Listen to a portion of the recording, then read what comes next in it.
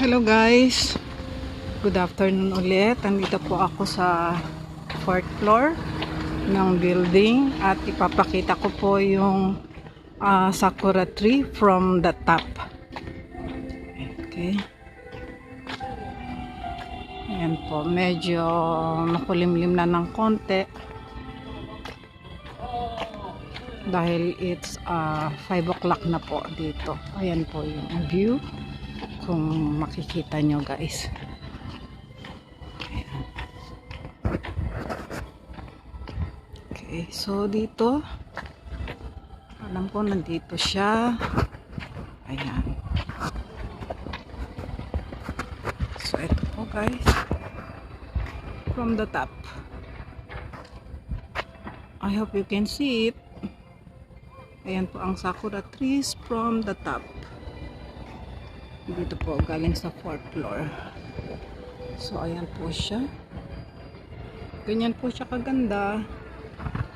Ganda niya oh. Ayan po.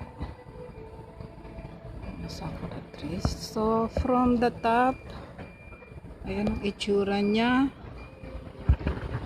Para po siyang clouds ng mga flowers. Ayan. Siya. There. Siya. Ang ganda niya guys. Isa ito sa pinakamagandang puno dito sa Japan. Ayan po. Pero napakadali pong malanta ang ano niyan, ang mga bulaklak niya. Ayan po siya.